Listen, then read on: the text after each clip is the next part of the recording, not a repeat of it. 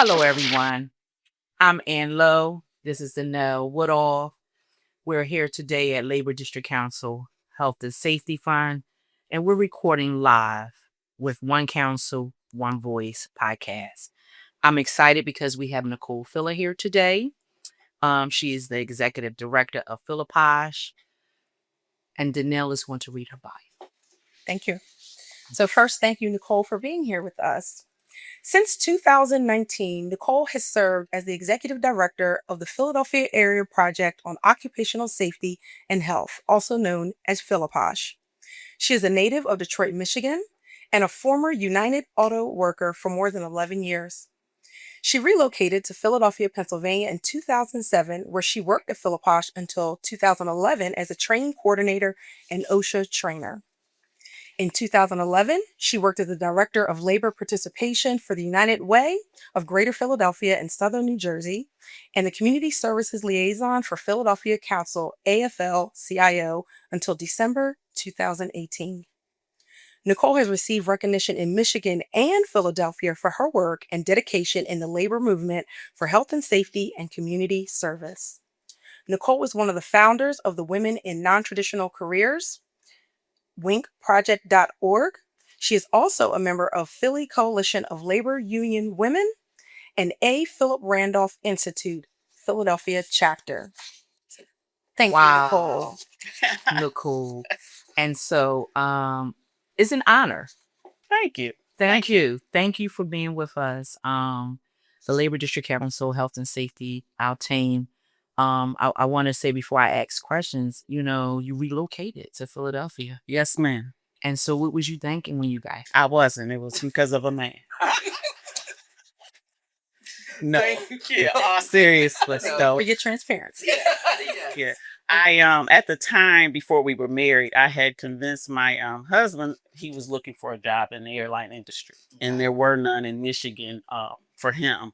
So I convinced him to move to Philadelphia, and then when he got here, he convinced me to stay. Okay. So that's how it happened. You thank you. So one of the questions we wanted to ask you, Nicole, is what is PHILAPOSH, and can you share the mission and the vision? Yeah. So PHILAPOSH is a local nonprofit. We do health and safety work, whatever that looks like, whether it's training, advocacy work, legislative work. And our mission is to make sure, so we cover like the tri-state area. So it's our mission to make sure that every worker goes home safely. Safe. That's important. By Nice. any means necessary is how we try to do that work. And we've been doing that for like 50 plus over 50 years. Can you say that again? Everywhere we come what? Come home safe. That's right. Yes. That is our mission also. Exactly. Yes. Yes. Our mission with all the locals that we have, our mission is that our members come home safe to their family. Absolutely. And it's very commendable that you guys have been around for over 50 years, right? So organizations come, they go through all the different ups and downs of different industries, businesses Yes. going out of business, and the fact that you guys operate on grant programming, right? Absolutely. So to be able to survive all the trials and tribulations and then have to go out there and get grants to keep your business moving forward through all the different political landscape changes and everything, right? That says a lot to be able to survive over 50 years. Yeah. So every advocate of the health and safety industry, workplace safety, they have a spark moment, right? A moment that you can pinpoint in your career that made you say, I want to fight for worker safety full time. Can you share that moment with you when you knew this is what I want my purpose, my career purpose to be? I didn't. It kind of just dawned on me that the work that I had been doing most of my adult career was around keeping folks safe. Mm-hmm. So when I was at Ford Motor Company, I was the employee assistance program rep. Okay. They call it EAP. But that was keeping workers safe by providing them resources for whatever their personal needs were, whether it was drug addiction, alcohol abuse, child care, adult daycare, whatever that was. And I guess it's just in my DNA to do this type of work. So I didn't plan it. It just kind of happened organically. I like to hear that. It's in your DNA. Yeah. And that's a very important in an industry like this. You have to be passionate about it, right? You have You to do. feel it in your spirit that you want to help people and you care about, like you said, them getting home safe every day. Yes.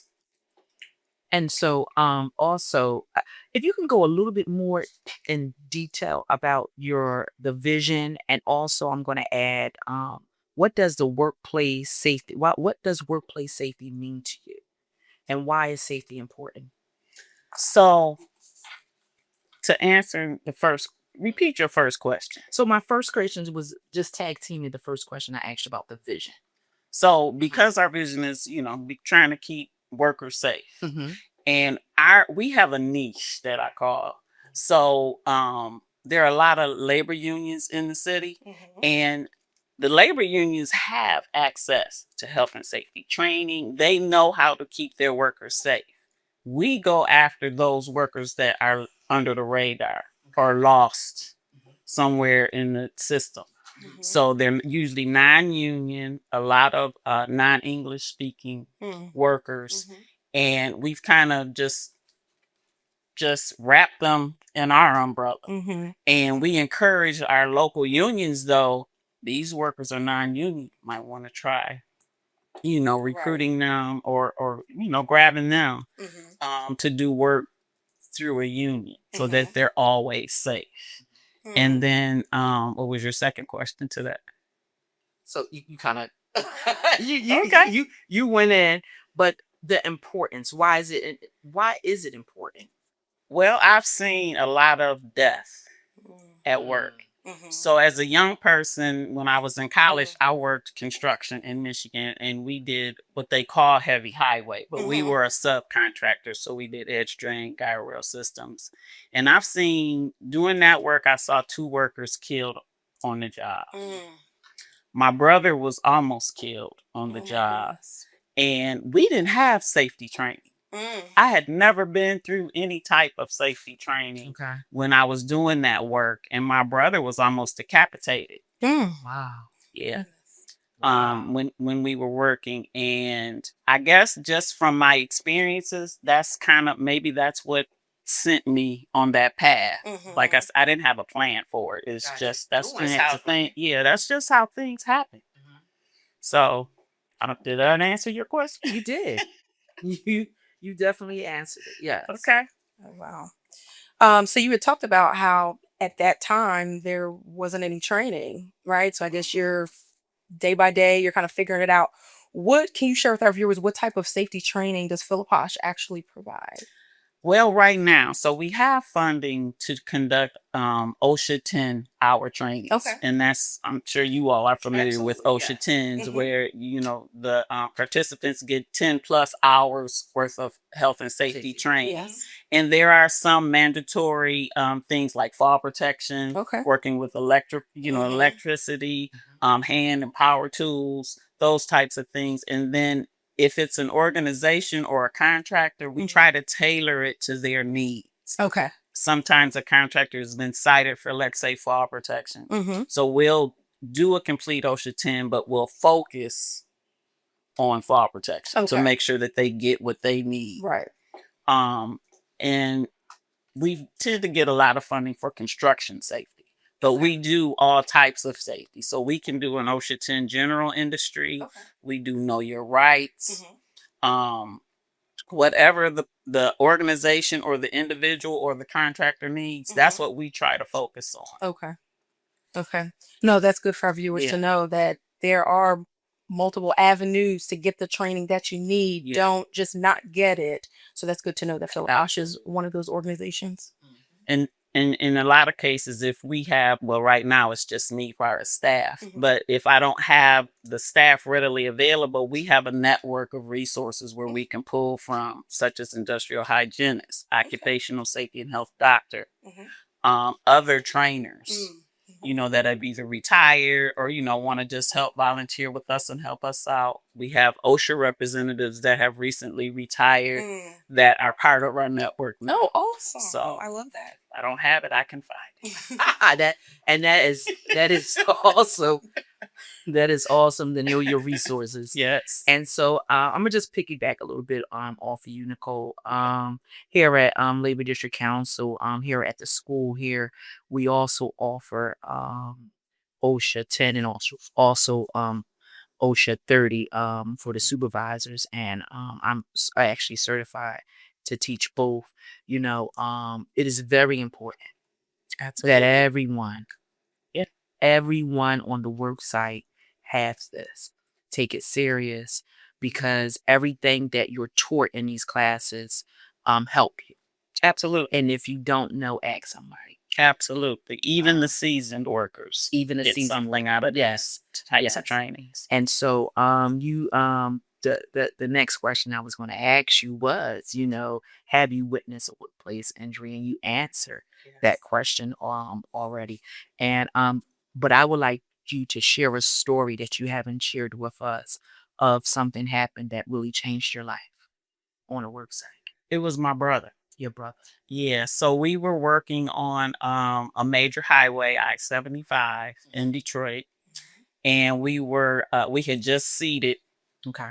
the ground. So then we were coming through with bales of hay, shaking them out to cover up the seeding. And we used a semi truck, Okay. flatbed, hay stacked up. And so my brother never took our job seriously. So it was right after lunch, and he had climbed to the top of a stack of hay, but it was right behind the cab of the semi. So the semi couldn't see through their back window. They had to use their side windows. He didn't know he was up there. Okay. Wow. And so as he's picking it, he wasn't going fast because we're throwing stuff off of this truck, but he was going fast enough, and then he was coming to an overpass. My brother was not paying attention. He was playing around, talking with the other workers that were down on the actual flatbed, and the bottom of the bridge hit him in the middle of his head. I didn't witness that, but I witnessed the aftermath because they had called me from the hospital because they had to fly him in. And when I saw him, and then I saw the workers that had tried to help him, they were covered in blood. Hit your head, it bleeds. That was so traumatic. And after that, he didn't go back to work after that. He's fine. He was fine, but it was so traumatic. That's something you don't ever want to see, somebody that has a bad head injury, because it affects their, oh my goodness, it was terrible. And sometimes people don't think about the PTSD Yeah. of the family members, the individuals that were there that experienced it when it happened. Yes. In addition to the worker that experienced it themselves. And you said there are just some things that once you see it, you can't get the vision out of your mind. The one gentleman, he didn't talk. He didn't say anything for probably a week or two. Because I'm sure it was shock. Right. Yeah. It was terrible. Wow. Wow. If you could take our listeners on a typical job site right now, what is one of the invisible or overlooked hazards that worries you the most? People's minds is the biggest obstacle. And I'm saying this because this is what I've heard from workers, not that I'm making this up, but what I call seasoned workers. Oh, I've been doing this for however long, I'm good, I'm safe. So the ego. The ego. The second is the newer worker. Okay. They don't want to shake the boat. They don't want to cause any problems. If somebody else is doing something unsafe, they'll tend to do it because they're new and they don't want to not be called back to work or get fired or, they don't want to rock the boat. Those are the two biggest things. So the fear of retaliation that's still rampant through the industry. Yes, and egos. Yeah. Wow. So Nicole, let's talk about Workers Memorial. Yeah. So how long have you been doing? We have been doing that for 38 years. I believe it's 38 years. Yes, 38 years. So Worker Memorial Day is a holiday where organization groups, whoever, they come together to honor workers that have been killed in the workplace. And we do ours based on a year. So we go from March to March. We actually create a list of the workers in the tri-state area, so covers Jersey and Delaware as well. Okay. And it's actually, when I explain it to people, I always have to start out by saying it's actually a nice event.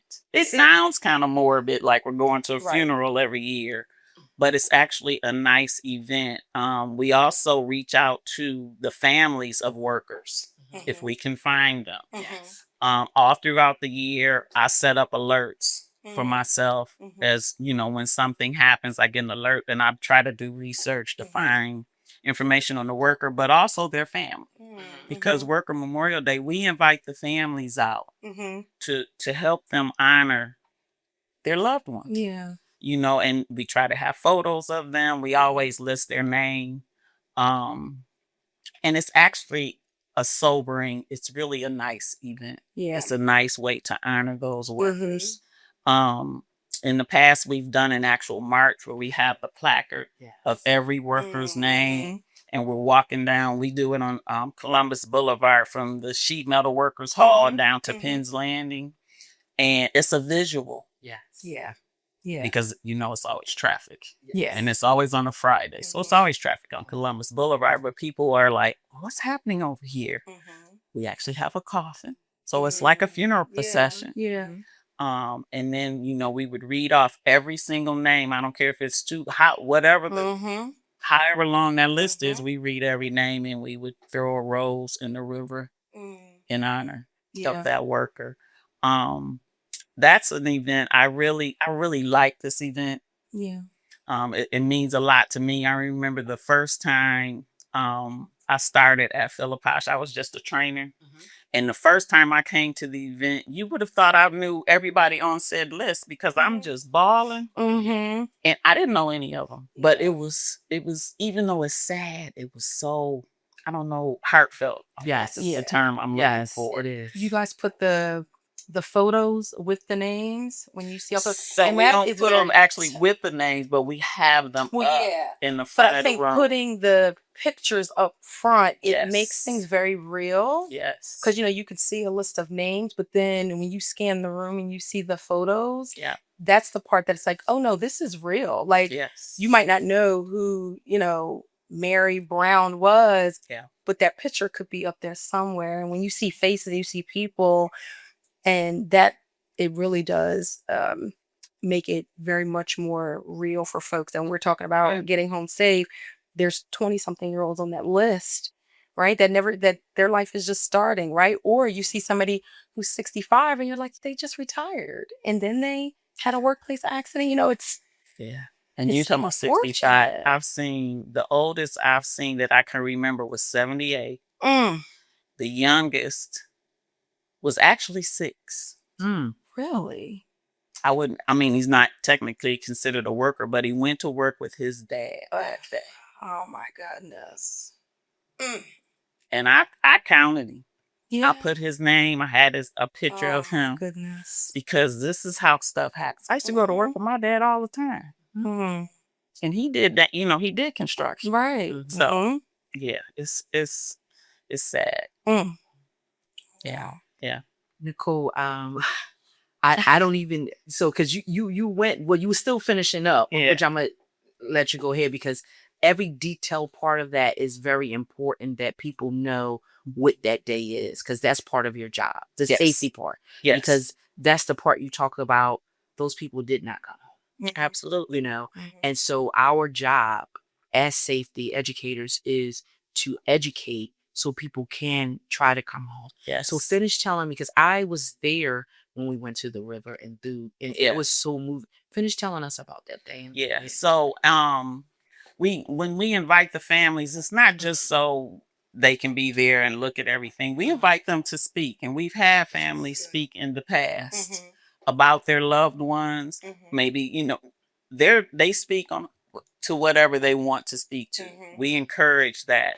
We have families that have continued with us since first connecting with us. Okay. We have 2 families that are still with us to this day, and I think the one has been with us for over 10 years. Oh, wow. She comes back every year, and I love her because her check, families don't pay to attend Worker Memorial Day. We invite them as our guests. This family, the first year they came, it was fine. Every year after that, she buys an entire table.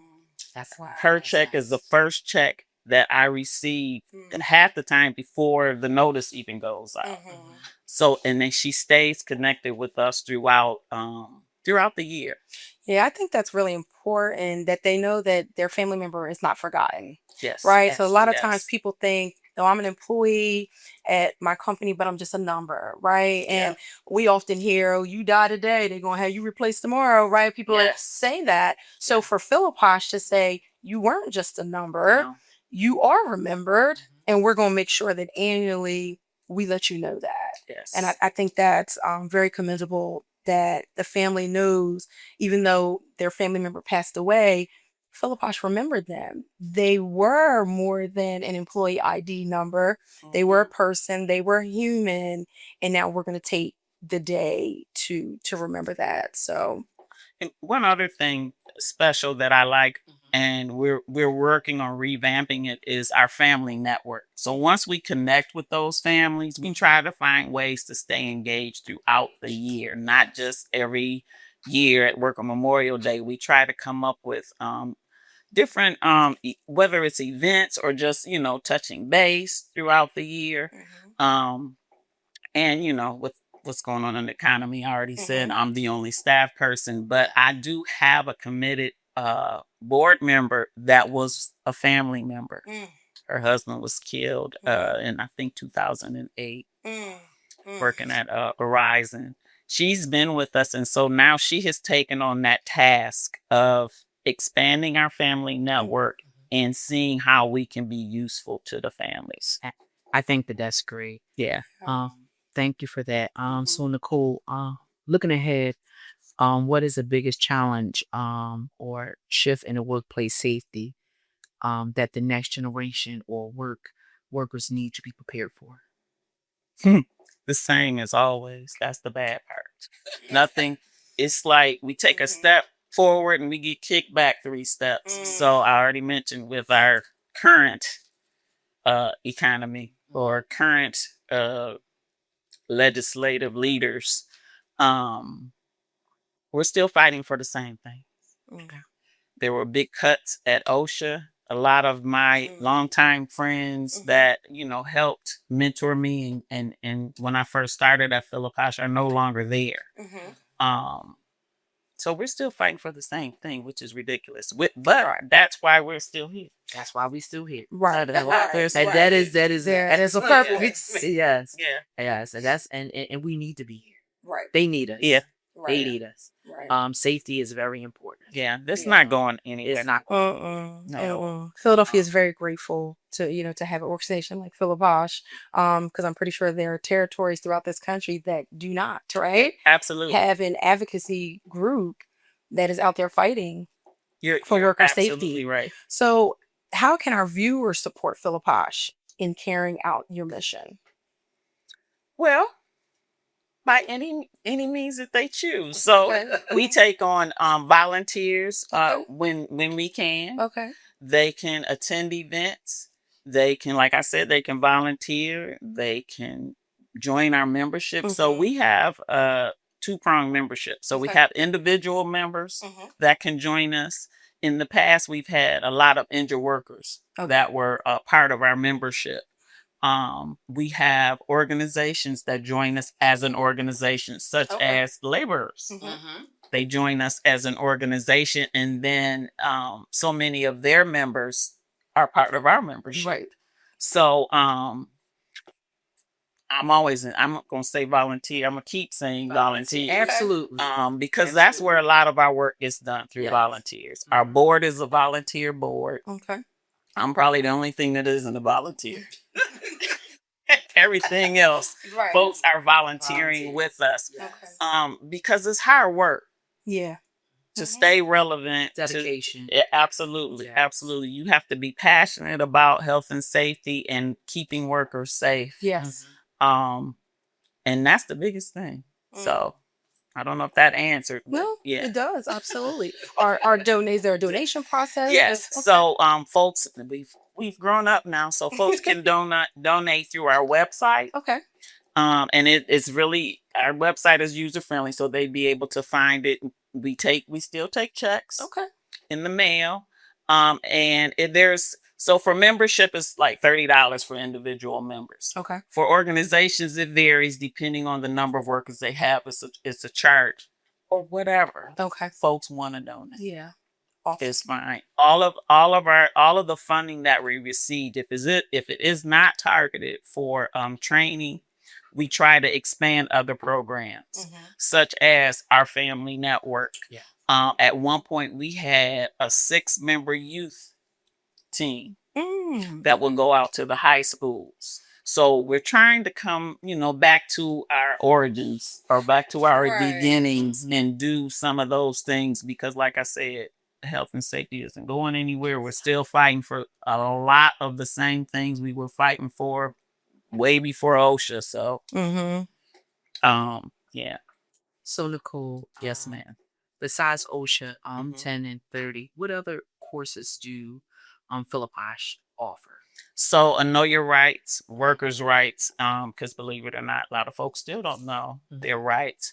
We've worked with contractors in the past and helping them set up their health and safety program. Okay. Whatever that looks like. We provide information for health and safety committees within organizations that can be useful. And it can be just an all-union health and safety committee. We try to encourage combine, whether it's management and, the workers. Because that's the most beneficial. Okay. But we all know that ain't always easy to do. We've done workplace violence, sexual harassment, specifically in the food industry. And my mind is blanking, but anything related to health and safety. Absolutely. Confined space, air quality control, those types of things. So if it's health and safety, if I don't know it, I know somebody that does, and we can work it out. And that's important, yeah. Yeah. We had a group that contacted us as a newer union, and they were having problems with silica dust. Wow.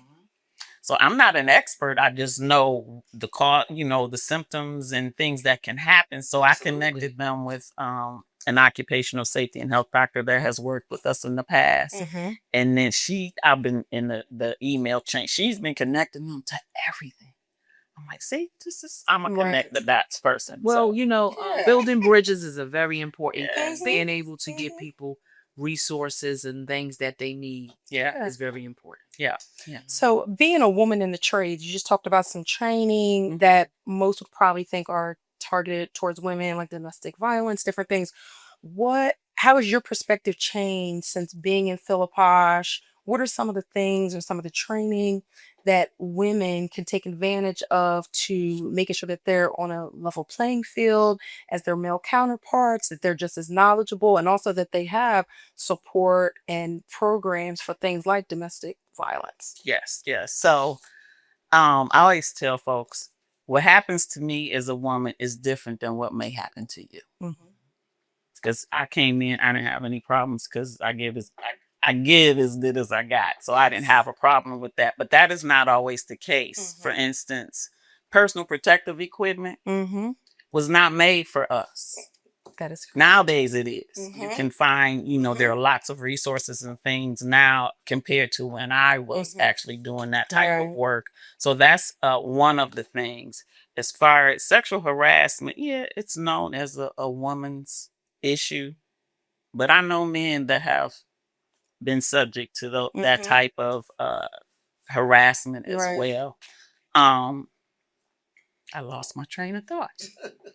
Repeat the question. So you were telling us about your perspective as a woman in the trades and the programming and training that PHILAPOSH provides, Yes. and how women can take advantage of that, and also how like your perspective changed since you started out early in the industry, and then once you kind of joined PHILAPOSH, how that kind of changed your perspective.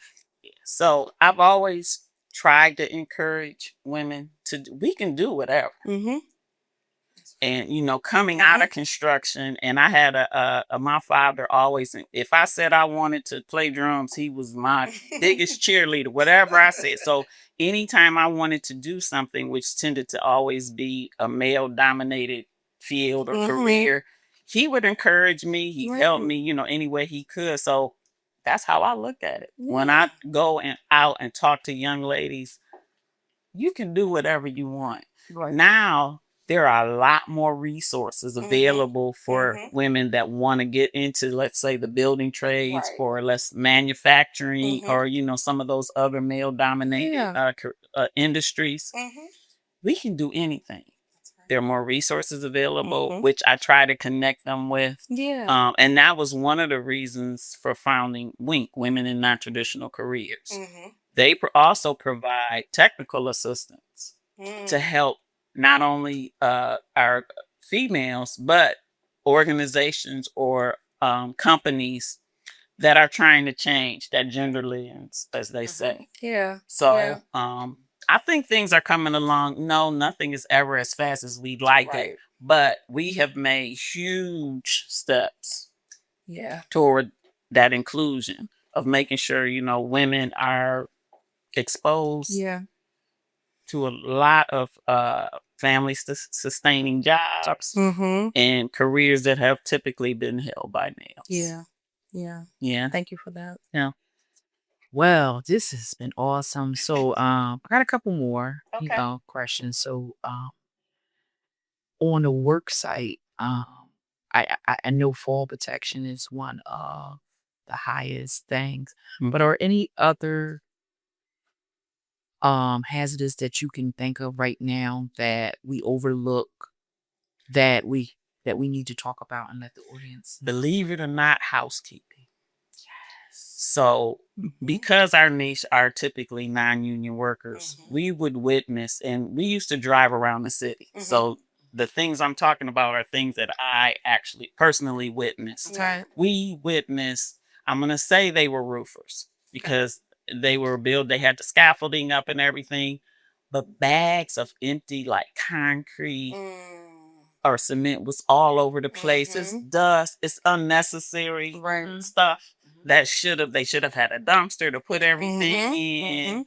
It was just awful. And I'm like, really? Pails everywhere. There were open holes that, no, it wasn't deep enough to where it cover your head, but you could break an ankle or a leg. It was just terrible. And I've seen more than a few sites like that.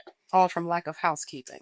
Yeah. And when you say housekeeping, people go, what? Like When I was in class, I learned that. I was like, housekeeping, that's a thing. Clean up. And when you're rehabbing a row home, you not only have to be concerned about the workers, but the community that you're in. Because they would throw up a scaffold over the sidewalk. At the time, it wasn't stood up right, but and then people are walking underneath it or getting into the site. Because as kids, that would have been my thing. I'm all up on the scaffold in it. But that's dangerous. Very much so. Dangerous. I used to go, who knew housekeeping would be a big issue?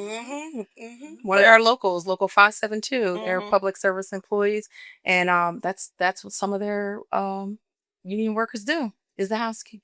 And it's needed. So we're proud that in our region that we have one of those locals that represent those workers. That's good to know. All right, not to write that down. But that was one of the biggest things that I noticed. Yeah, and that's important. As I look, something that really bothers me is the trash truckers. When they get the trash, they throw it everywhere. That's housekeeping. That's you come on your block on a Saturday and you clean just for Wednesday, trash to be all over the place, Yeah. And speaking to that, think of the workers. You're on the back of that truck. And I've seen this too. it's already a dangerous job because you're running back and forth across the street. Yes. Please look. Because Yes. people are distracted. Mhm. Yes. They might not even see you. That's right. And heaven forbid we slow down. Right. Yes. But those types of things Those I've type of things. witnessed And it as just takes well. a second. Yes. Yeah, I had to deal with that this morning. Yeah. Wow. Yeah. But I saw him from a distance. And then he walked behind the truck. I said, let me wait. And I kept looking to see if I could see where his feet were. But he didn't look. I'm like, dude, you should know. Glad I'm driving this next car. So let's see. Would you want to share anything that PHILAPOSH is working on for any upcoming pressing goals? Any emergent occupational hazards in the region that you guys are actively addressing? Would you like to share anything? Yes, heat justice. Yes. We are currently well, we're helping with current legislation. So there's House Bill 1580.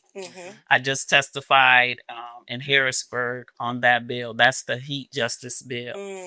There are still a few things that are missing, such as covering public sector workers, because public sector workers are not covered under OSHA, and they are kind of basing a lot of their rules and things through by OSHA. Right. And so that was, brought to our attention. But we're gonna start maybe develop some trainings around it, because I've actually suffered from a heat illness. See, I got good examples. Maybe that's why I'm passionate about this, because I've been through a lot. Just using it. So, Yeah. People don't understand. It's getting worse due to climate change. Whether folks believe it or not, the heat is getting worse. And we know here, we go from winter, a day of spring, and then right into, the 90-degree weather, where we have a lot of workers, not just construction workers. That's right. We have city workers. Mhm. You got as much as we don't like, do they still call them meter maids? Well, the people, the folks that get tickets because you parked in the wrong location or whatever. Yeah, PBA. Am I telling my age?